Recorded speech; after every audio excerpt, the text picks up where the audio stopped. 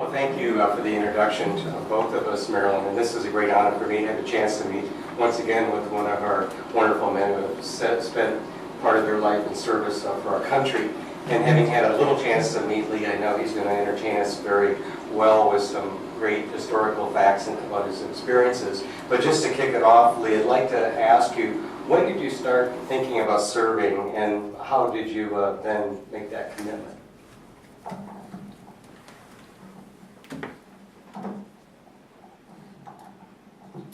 Well, I'll just hold it, and I think that'll do well. I guess I really, that decision was determined when I was born. We had a farm about, 6 or 7 miles from Clemson, South Carolina, where Clemson College at that time was located. And in 1889, my grandfather rode a horse over there and helped lay the cornerstone to the first administrative building. And farmers brought different materials, and they put newspapers and stories and things like that in there, and the farmers brought some commodity to put in. And so my grandfather put a handful of corn in that safe deposit, the box that was in the cornerstone. And traditionally, they try to open it up every 100 years, and then maybe put another one in there. And in 1989, my brother, who also went to Clemson, was working in Atlanta, and he came over for the ceremony to take it out. So we had that connection. But the main reason, when Granddaddy went over there, it became known for any grandson that was born that Clemson followed high school like high school followed elementary. And so that set me on the course. And I finished high school rather young and went down there in 1946. And it had become a mixed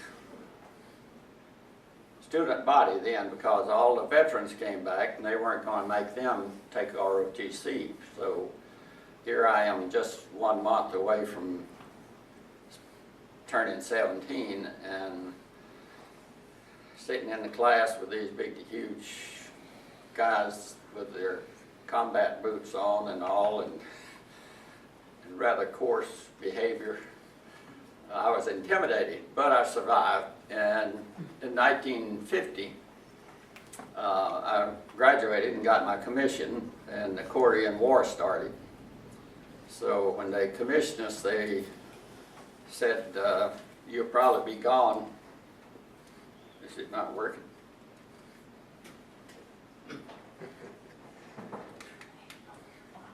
Maybe I'll cut it off. They said you'll be called in a week or two.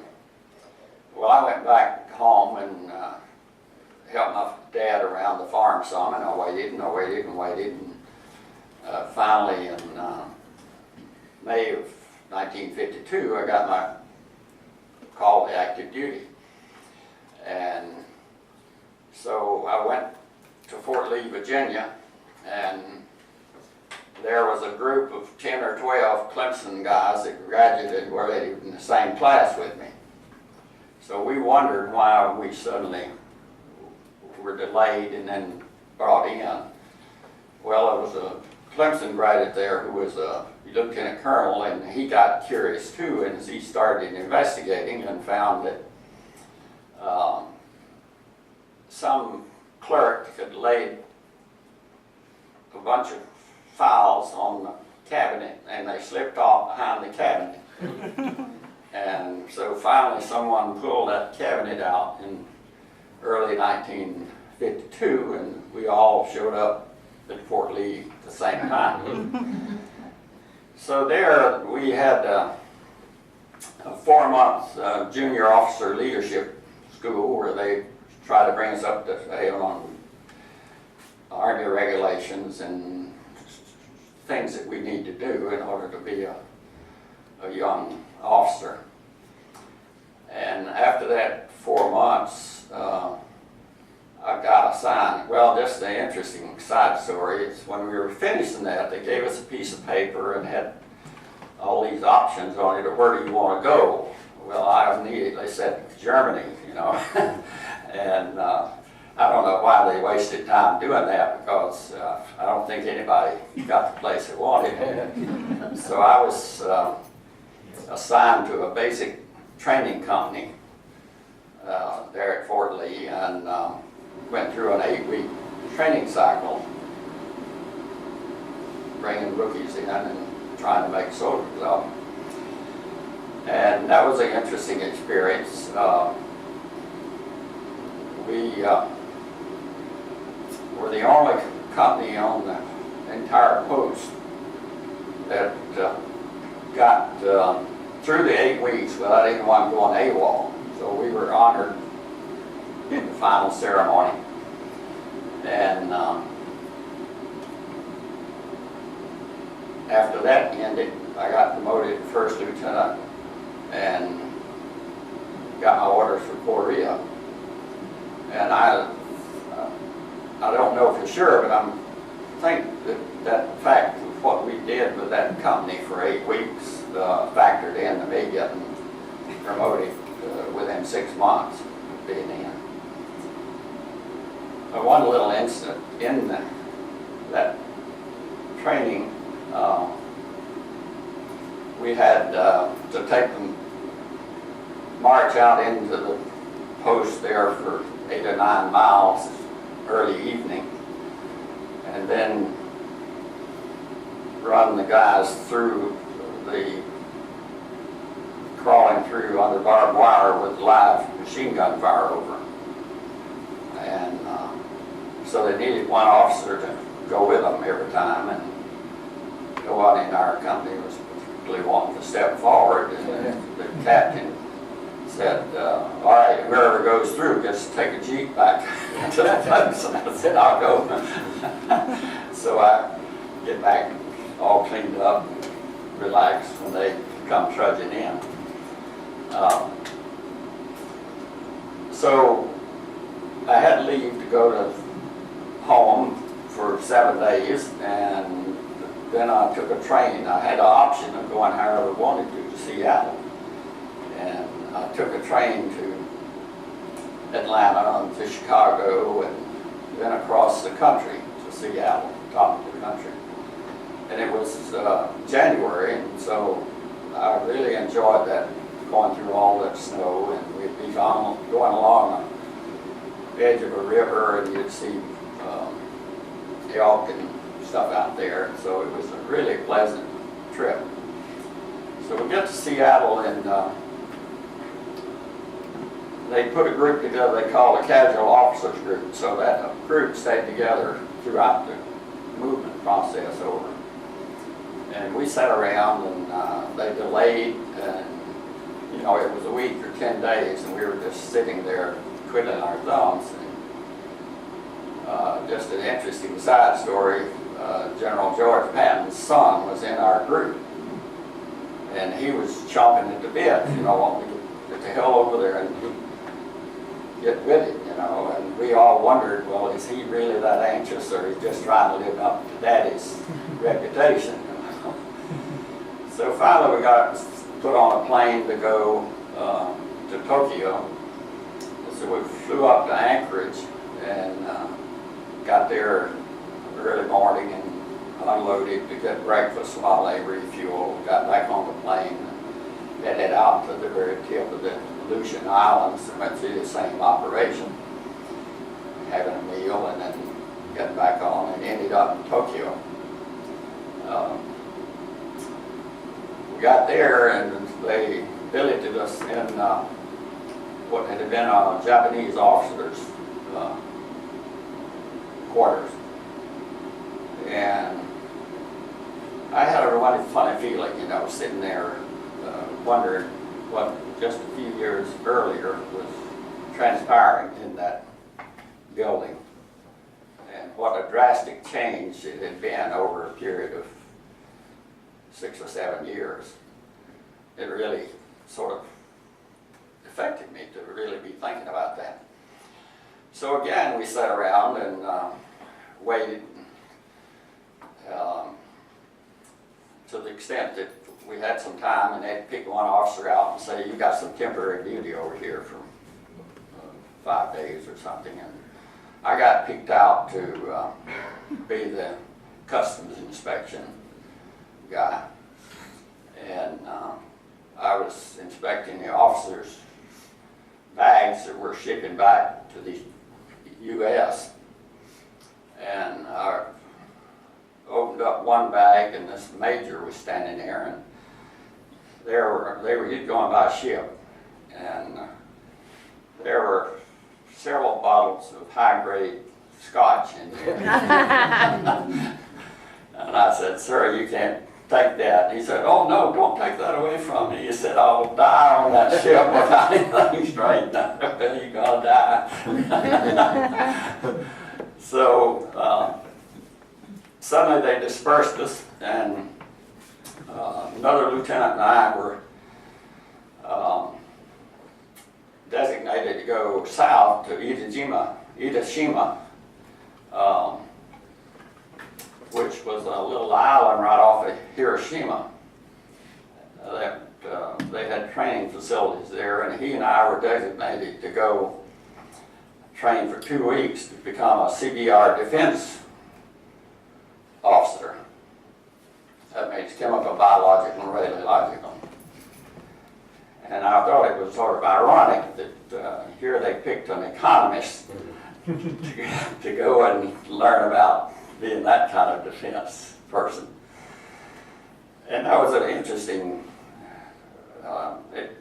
thing that happened. My friend, who I just met in this hanging around waiting, was born in Hawaii, and it was total 100% Japanese blood. And he was a teenager delivering newspapers up on the hill when Pearl Harbor was attacked, and stood there and watched that whole attack. As soon as he got out of high school, he volunteered for the Army, and he progressed very quickly up to Master Sergeant ranking, and therefore they were selected to go to OCS. And so he had gotten his commission, and so he and I were down there and became very good friends, and luckily were signed to the same unit in Korea. But on the weekend between those training, we went across the Hiroshima, and we went to the center where the whole portion of the building left with the staircase, and the image of it was burned into the wall that was left. And so while we were walking around there, a little Japanese boy came up and sort of made some comment. I didn't know what he made, but he jumped all over him in Japanese and told him about he was there when they broke the head where Pearl Harbor, and don't talk to him, you know. So his grandmother still lived there, and he hadn't seen her in years, and he stayed that Saturday night, and I went on back to the island, and she was on the other side of the hill. There was sort of a basin, you know, and she was living over there, and the blast went over, and she survived. And so he just went over in the general area where he thought she lived and started inquiring around and found her, and spent Sunday night with her, or Saturday night, and then came back Sunday. So we finished that, and they took us across the other side of the island and put us on a small ship to go to Busan. And we got off in Busan and got on a train and ended up in Seoul.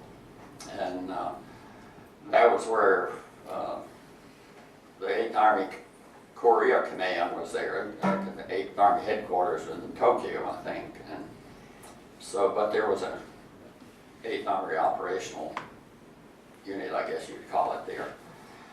And I was assigned to that 8th Army and assigned to a unit that had the responsibility for processing the troops coming right off of the front line, heading home.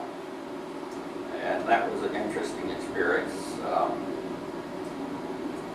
I remember we had a big courtyard where they were hanging around waiting to be processed, and one of our jets came swooping over one of those hills, and they all just, it was like a strong wind blew a wheat field flat, you know, they all just, and that quick reaction. So we set up a process with a huge warehouse. We had several warehouses, of course, where the clothes and things came in, packed in burlap bales, about the size of an old hay bale. So we had all that over there, but we bring it over as needed into a huge warehouse that was long, and they came into a big room, and they stacked their armor, rifles and all over on one side, and then stripped off and threw their clothes in a big pile on the other side of the room, and left there with only a little canvas bag with their personal effects on it. So then we went into the next room, and there was a row of doctors sitting there, and they gave them a perfunctory physical. I don't know whether I should say this, but primarily to see if they had any sexually transmitted diseases. And then they went on into a big shower, and they came out of that, and they started down this long line, and as they got the duffel bag and started with underwear, and they put on a pair, put the other, they had two issues, and they went down that line. As they came out, they were fully dressed with another set of uniform in their bag, and then we kept them and fed them until the ship came in and shipped them out.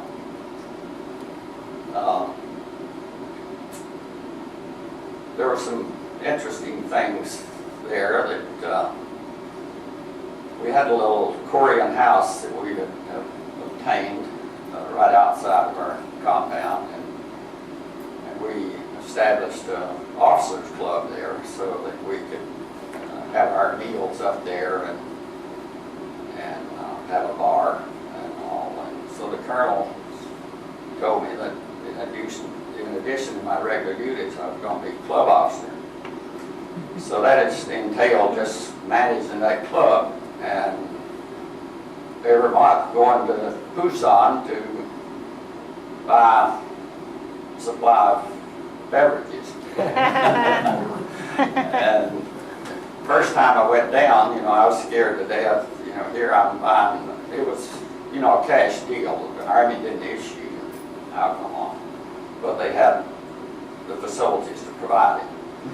And so I went down to Busan and found out my way to go, and I took my sergeant with me because I was going to make him ride the train back to that to be sure nobody got into it.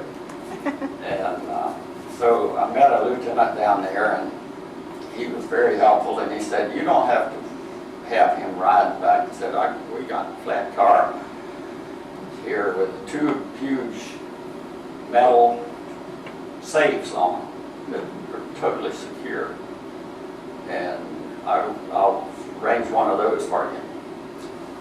So we did that. Of course, I was extremely nervous, to be leaving that there. But he said there got guards on the plane, on the train. So we shipped it out, and he said, "Next time you come down, just call me, and I'll have a Jeep pick you up, and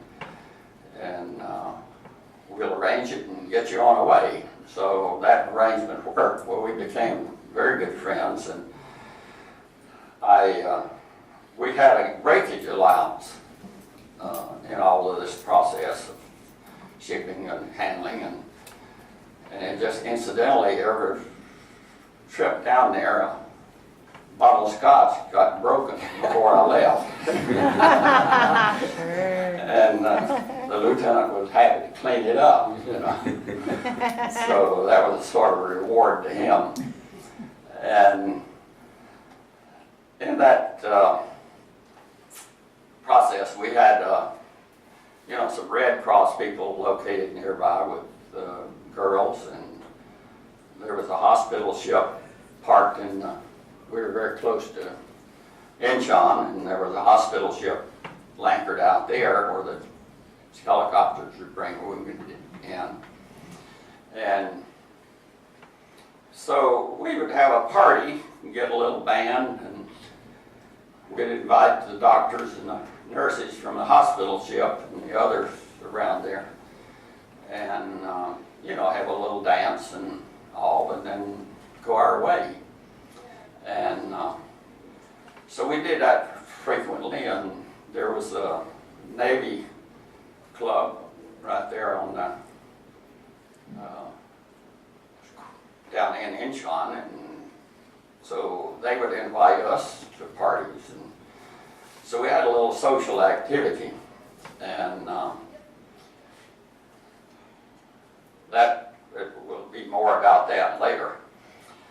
So we did that process very efficiently, I thought, and then as the armistice was signed, we had the prisoner exchange, and our unit was designated to handle that exchange. Now there were two exchanges, one called Little Switch and the other one Big Switch. Little Switch happened in about April, where they had agreed to exchange wounded people. And I looked up a few statistics and all this. Little Switch sent about 680 UN, American and other nations wounded back. And we sent 6,900 of the Korean and Chinese.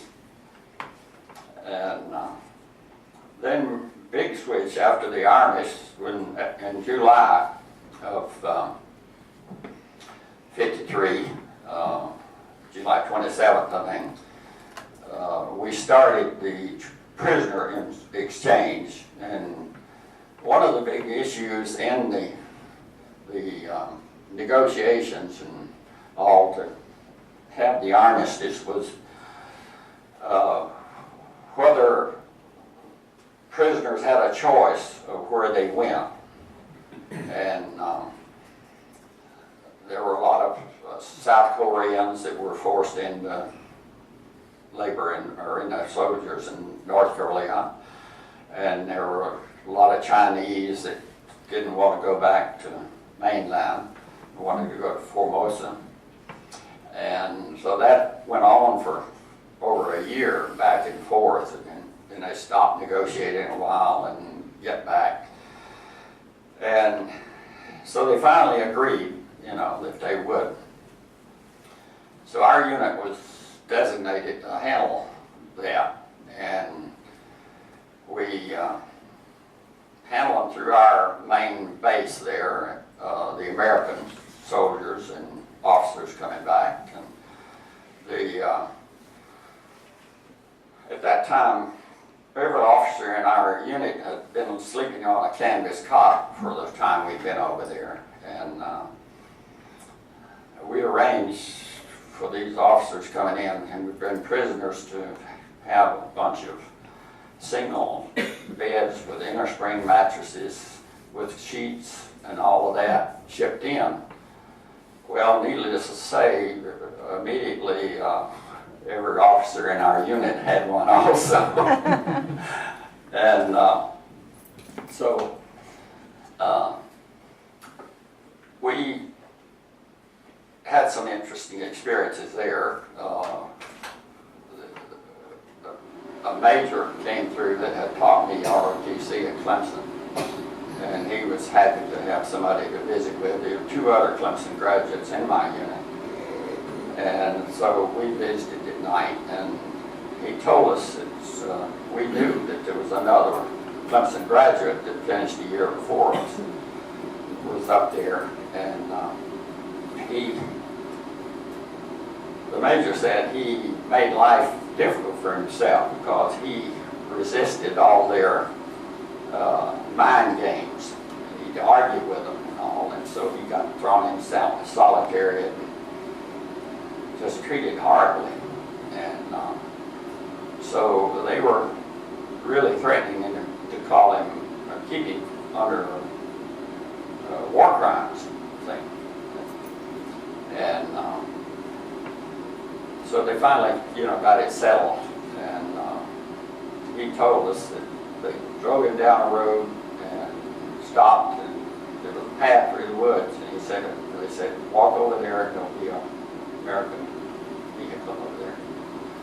Well, what he was thinking going down the pathway, he'd be shot. Sure enough, there was a Jeep and an officer over there to pick him up. They flew him in by helicopter, and as he got off the helicopter, the Clemson guys were there to meet him and yelling, "Hey, Bill Funches is his name." And he wrote a book about his, I think it was titled Almost 1,000 Days, a Korean Prisoner. And he had a section in there mentioning how much that meant to him to be greeted with friends that he knew. So for the Chinese and Koreans, we set up a big sort of tent city up near the 38th parallel, the demilitarism zone. And they would be like a row of 5 or 6 tents, maybe 15 or 20. And a truck would come in on one side and stop and empty people, and they'd go through those tents for, medical inspection and stuff like that, and end up at the last tent, and there were 2 deaths there. And they had the choice of going to a desk that would send them back to mainland China, or a desk that would go to Formosa. And I think there was about 75,000 Korean and Chinese, 70,000 were Korean and about 5,000 Chinese that were in changed back to them. In the U.S., UN had about 7,000, I think. 3,600 were U.S. and about 1,000 were Brits, and then there are all these other nations that were in there, which there were a lot of them. Had 50 or so forth, and down to a few of them that just had 1. So that was sort of the big switch, and it went on from August to December. And I was down at the big home base, and during this process, we had one of our famous parties, and so the colonel didn't usually come to those parties, and I know Bob would have been there if he was there. And so some reason he decided to come there that night, and so we were sitting around. I was sitting around the table with some Navy doctors and nurses, and there was one nurse that was rather cute, and we had been friends throughout this process of parties, and so we usually danced together, visited, and so I got up with her and went to dance, and I hadn't got on the floor hardly till the colonel tapped me on the shoulder, and so I gave way and went back to the table, and this Navy doctor said, "Lee, did that SOB cut on you?" And I said, "Yes," and he said, "Come on. I'm going to cut on him, and then you follow." So that little game continued through the night. And so the next morning, the adjutant was at breakfast, and he said, "Lee, I got orders for you to go up to Tent City." And I thought, well, I'm glad the war is over. We might have had another David and Bathsheba story, So I went up there, and by the way, as we were leaving, the adjutant, after this, pretty soon, I got orders to come back to the state in January. And the adjutant told me, said, "Lee, I just want you to know that little deal probably cost your promotion to captain." I said, "That's all right, it was worth it." So I got, how's my time going? You're doing good. I got back to the U.S. and had 30 days leave to go home, and then I reported down to Fort Jackson for discharge. And so that's sort of the sweep of my service. It's nothing dramatic. Well, we had one dramatic event there at the post. We had a little single engine Piper Cub or something like that would come over every night, and the troops would be out in this big courtyard watching a movie. And so sirens would go off, and the lights would go off, and anti-aircraft bullets, chasers flying through the sky trying to get him. Never did shoot one down. And so we tagged him Bed Check Charlie. And that happened almost every night. And no concern, And suddenly one night, we don't know what he threw out, but he threw some kind of small bomb out and hit our fuel dump. So all night long and into the next morning, we sat around and watched 55-gallon drums of gasoline blowing. And so they got serious about that. But the jets couldn't get him because they were up and past him before they knew where he was. And so they got this Marine pilot with a P-51 fighter, propeller-driven fighter plane. And he shot 5 of them down. So he had the distinction of being the only propeller-driven ace in the Korean War. And they stopped bothering us. And so that was sort of an interesting deal. And I didn't get a hand injury in that, Bob. Tom.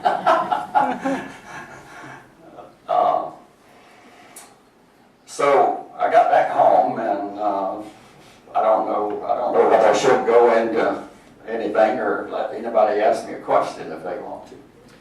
Well, You did. Lee, let me ask you a couple questions, and just about the experience in general. How did this experience actually change you, and what lessons did you learn that you applied later? Well, it changed me significantly. I had intentions to go back to the farm. We had a mixed general farm with cotton and some cattle and chickens. The laying hens, no huge operation like today, but pretty good for that time. And I had essentially a vision of the laying hen business being what it became. And I was going to go back and go into it in a big way and become a millionaire farmer. That was my dream. But in our unit, there were, everybody was college graduate. Some had gotten their masters, some had started teaching, and we would sit around and talk significant issues, and that and seeing the poverty of Korea, South Korea at that time, sort of made me think that I should go to graduate school and get training and within economics and hopefully be able to do something to help poverty. And so that shifted my direction totally. And I came back and explored around and decided on the University of Tennessee. And went over there and got my master's degree. And one day, the head of the department from Texas A&M was traveling through there, and the department head got him to give us a seminar, tell us what they were doing in Texas. And after that, he asked the department head, said, "I've got several positions open. Do you have anyone about ready to graduate?" So he told him, "You need to talk to Lee Hammond." And we sat down and talked 30 minutes, and I was hired, and I didn't know what I was getting into. You know, today you'd never do that. There's search committees and all sorts of stuff. That was the way it operated back then. So after going home, after graduating and staying a week or so, I headed to Texas. And as I was driving over the horizon to see A&M, this is honest truth, my first impression was, my God, it looks like a prison. There's no dramatic architecture or anything. So I went on and had a successful few years there, and a colleague in the department, wife had a baby, and one day he walked in and said, "My wife's cousin from Fort Worth, and they're coming down for the weekend to see the baby. You on a date?" Well, her cousin was a student at Texas Christian University. TCU was playing A&M. Well, it made sense. But I said initially, no. I said, blind dates haven't been too good for me. He said, well, before you decide, go down the hall and talk to Jarvis Miller, who was about my age, and incidentally who became president of Texas A&M as he got further up. He was already married, and I said, Jarvis Pat's trying to fix me up with his cousin, his wife's cousin. Take it, he said. She's beautiful. So I said, I don't have anything to lose but a football ticket. Why not? So that was on October 20th, and on April the 20th, we married, 6 months to the day. And I can't go too much, but I had experiments going, pricing experiments, trying to develop some demand interrelationships. And I was running in big grocery stores in Houston, San Antonio, and Dallas. And every 2 weeks I'd make the loop to pick up the data and give them another price structure. And as soon as I met Cynthia, the experiment in Dallas just fell apart. And I had to spend an inordinate amount of time up there. So that was one way we were able to get with it and get married in 6 months. And the old professor in the coffee command lounge one morning and said, "Did you guys know we're financing Lee's courtship?" Another professor there who had married an Italian woman said, "I'll leave him alone. I used to fly a B-17 halfway across England to see my wife." So soon after getting married, we came to NC State, and that's where I got my PhD. And is it time to stop? And of course, we should have a phase 2 where we can cover the illustrious career as well of Lee. But we probably need to allow some time for any questions that any of the attendees might want to ask you about your experience. Yeah. Be happy to answer any. Well, I know that you spent some time in state government here, and I bet people would be interested in at least what that assignment was. Pardon? Isn't it true that you spent some time in state government? Yeah, I took leave from state government, worked as Deputy Secretary of Administration for Bob Scott, and he was governor back there in 69 through 73. And I headed up all the intergovernmental relations and state planning activities. We had different Appalachian Regional Commission you've probably heard of, and I had a Coastal Plains Regional Commission, and all these different economic development efforts, and I was coordinating that. And then I came back to the campus as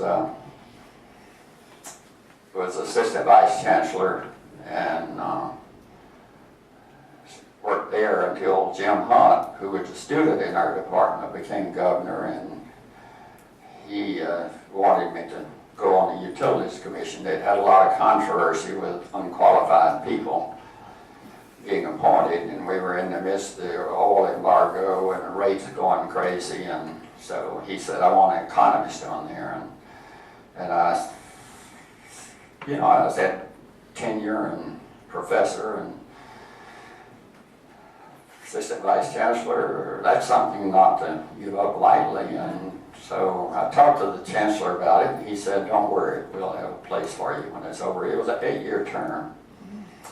And so I finally caved in, and that was a great experience, you know, it had some heating hearings, you know, and we were at one in Wilmington where it was so hot and heavy, you know, when we took a break so the court reporter could relax her fingers a little, she headed downstairs to the sheriff's office and said, "You got to get somebody up there." You know? Well, I already picked which desk I was going to jump behind. So that was a great experience. Lee, did you have them schedule this for a period when Cynthia was out of town? Pardon?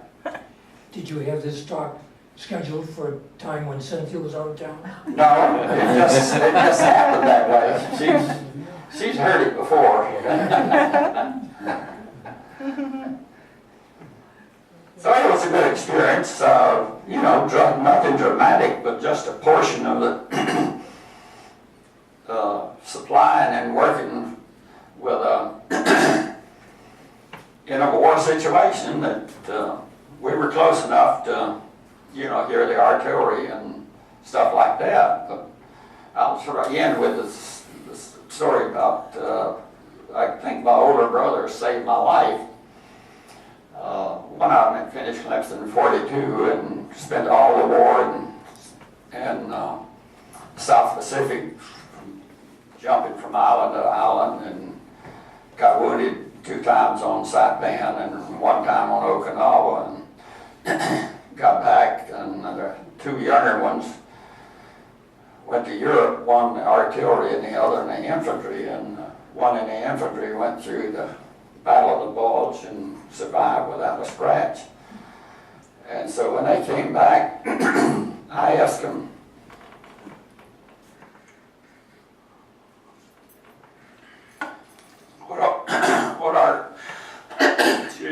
what ROTC should I take? Clemson. And to a man, they said quartermaster. Said it helps to be a few miles behind the front line. And so I did that, and had I finished Clemson with a commission in the infantry, I may not be here telling you that today. And so I give them credit for guiding me good. Any other questions? Yeah, Lee, I just thinking about this American dream. You went from a chicken farmer to a PhD and assistant to the governor. Yeah. That's a real American story. Yeah. How long have you and Cynthia been married? Next April will be 60. Wow. That began. Yeah. How old were you when you got married, Lee?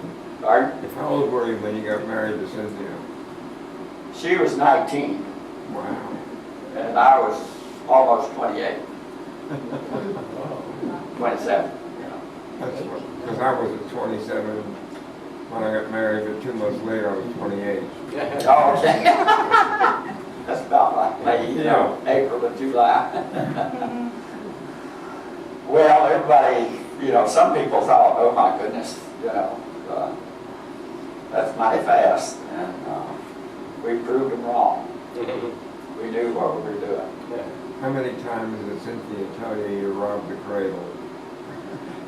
Well, she didn't tell me that, but when we got engaged, one of the old went to coffee lounge, famous coffee lounge in A&M, one of the old professors said, "What are you going to do for a honeymoon, Lee? Send her to camp?"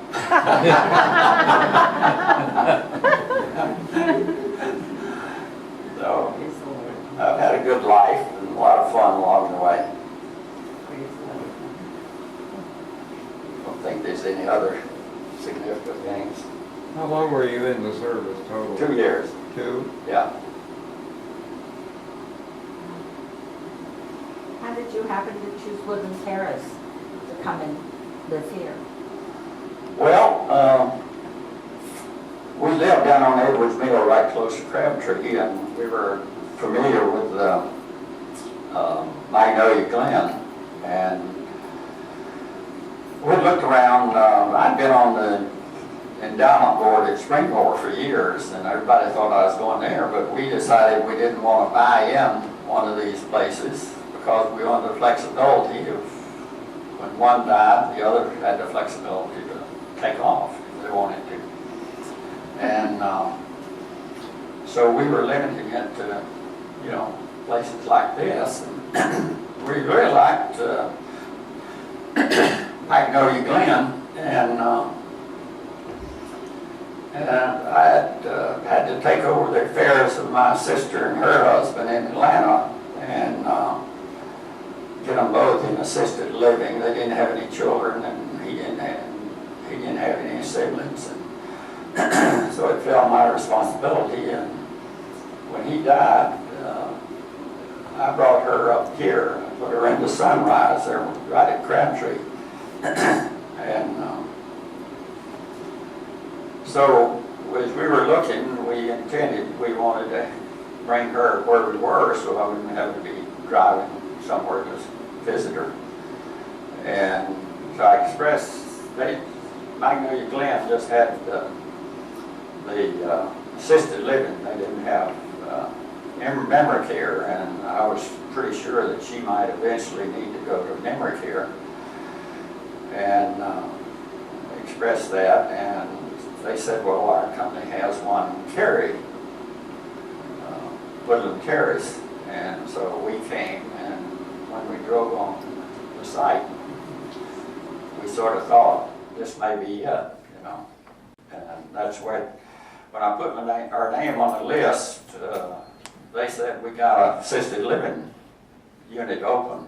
So I moved her out here right away. And then we came in January of 14. And 15, I guess, one. Yeah. And so we were very happy with our choice and continue to be. It was a tough decision, I had a beautiful woodworking shop, and that was the toughest thing to give up. What is your sister's name? Janelle Camp. She died in February, so I'm the only one of 6. Had 4 boys and 2 girls in our family, and I'm the last one. Were you maybe the baby that your younger? I was the baby. Okay, that counts. And when we grew up, you know, all the older ones were going to school, and she hadn't started. She's 2 years older than I. And we played around the farm and, you know, just were the best of friends. And then when she went to school at 6, I was 4 years old, and I was just totally lost, you know. And so I got in some trouble occasionally. And, No. no. I had a pet calf, you know, and I'd lead him around, and one day I tied the rope around my head, around his waist and around his neck, and we were walking, and for some reason the dog got after something. I came running around the house barking and all, and that calf headed for the barn. He was dying, you know, and I was being dragged along the ground, you know. My mother heard all the commotion, came out and rescued me. So then one time we were raking leaves. We had a lot of oak trees around the house, and all the leaves were raked up in ponds. And I got out there, I thought I'd have some interesting things, and I went out to a pile of leaves and took a matchbox and struck it, burning leaves. And my mother looked out the kitchen window, saw me, and came out and talked to me sternly. And so I thought, well, now that's sort of bad to be right out there where she could see me. I'll get up close to the house. So suddenly she sees smoke coming up out of the kitchen window. And she impressed upon me at that time that was quite right. How old were you then? 4. Oh my gosh. My goodness. To be a farmer. Well, I was born in 29, and what I remember about the Depression, I was too young to really realize it. But during that process of 29 to 34, where I've been 5, the memory is burned in my mind that my dad put the car on blocks in the garage, didn't drive it. And when he had a buggy, a horse and all, so when we'd go to see our grandmother, we'd all hang on the back of that buggy and go see them. Well, I remember things must be getting better, because in 1934, he bought a truck for the farm before he took the car off the block. And I don't remember when he took the car off the blocks, but I mean, that's just 2 things that embedded in my mind about the Depression. Is that it? So I guess we're about at our time, and let's hear it for Lee and